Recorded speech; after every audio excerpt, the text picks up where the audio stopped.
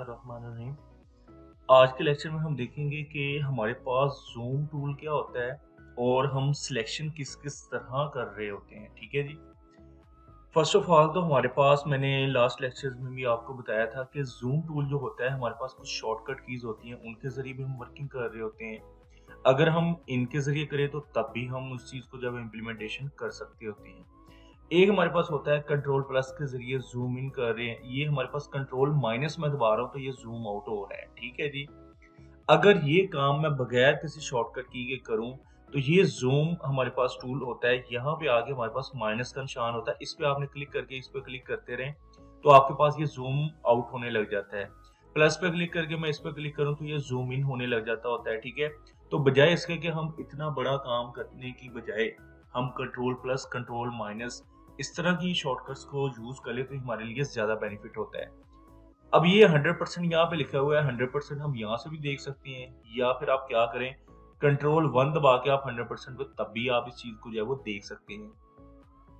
अब एक और मैंने चीज बताई थी कि फिट स्क्रीन करने के लिए हम क्या दबाते होते हैं अगर हमारी चीज दूर पड़ी हुई है। एक तो ये हमारे पास सारे ऑप्शन है, कंट्रोल 0 आप दबा दें आपकी स्क्रीन जो है वो वैसे ही फिट हो जाती होती है। ये डिपेंड आप पे कर रहा होता है कि आपने इन चीजों को जो है वो किस तरह लेके चलना होता है। ठीक है। हर काम को करने के डिफरेंट तरीके होते हैं, 3-3 4-4 तरीके होते हैं, हमने अपने अकॉर्डिंग ही इन चीजों को जो है वो लेके चलना होता है। अब दूसरे नंबर पे हमारे पास सिलेक्शंस किस किस तरह की होती हैं। अच्छा, यहाँ पे ना एक आपने सिलेक्शन देखी थी स्टार्टिंग पे कि हमारे पास ये सिलेक्शन हम यूज कर रहे होते हैं, जिसके ज़रिए हम क्या करते होते थे, हम यहाँ से राइट क्लिक करके इस पे क्लिक करके हम सिलेक्शन क्रिएट करते होते थे। ठीक है। फिर हम क्या करते थे कि जी यहाँ पे हमने प्लस करना है या माइनस करना है, उसके ज़रिए हम मज़ीद सिलेक्शंस को ऐड करते थे। ठीक है। माइनस के ज़रिए हम माइनस करते होते थे। ये एक तो हमारे पास सिलेक्शन होगी, ये कि हमारे पास ये 4 टूल पड़े, इनके ज़रिए हम जो है वो सिलेक्शन कर रहे होते हैं। एक हमारे पास टूल होता है कि ये हमारे पास कुछ शेप्स पड़ी हुई हैं, इन शेप्स के अंदर से भी हम सिलेक्शंस कर लेते होते हैं। कहाँ से करते हैं वो बताता हूँ। ये हमारे पास रेक्टेंगुलर पे मैंने क्लिक किया, ये तो मुझे पता चल गया, मैंने सिंपल एक शेप बना ली है, उसका कलर मैंने अपनी मर्जी के अकॉर्डिंग जो है हमने दे दिया है। अब ये चीजें जो है ये तो हमारे अकॉर्डिंग हमें पता है, ये शेप है एक। अगर मैं इसकी सिलेक्शन बनाना चाहूँ इस तरह जिस तरह ये आ रही है कि इसके जरिए हम ये सिलेक्शन बनाते हैं, तो हम ये किस तरह बनाएंगे, ये काम हमारे पास उसी टूल पे आना है रेक्टेंगुलर पे। यहाँ पे आपके पास ये ऑप्शन होता है शेप का, पाथ का और पिक्सेल्स का।